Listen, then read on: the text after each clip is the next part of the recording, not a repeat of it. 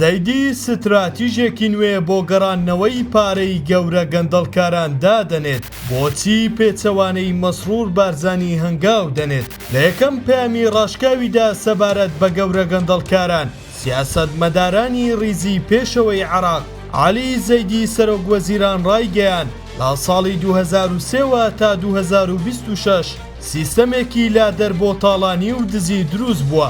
ئێمە کار بۆ کۆتایی هێنان بەو قۆناغە و دەستپێکردنی لاپەڕەیەکی نوێ دەکەین. خاڵە سەرەکیەکانی پلانەکەی زەیدی: یەکەم، ڕاگەیاندنی کۆنگرەی سەروەری نیشتیمانی لە کۆتایی ئەم ساڵدا بۆ هێشتنەوەی هێزتەنها لە دەستی دەوڵەتدا و نەهێشتنی چەک لە دەرەوەی یاسا. دووەم، ئەنجامدانی ڕێککەوتنی یاسایی لەگەڵ ئەو گەورە بەرپرسانەی پارە و موڵکە دزراوەکان دەجێڕنەوە.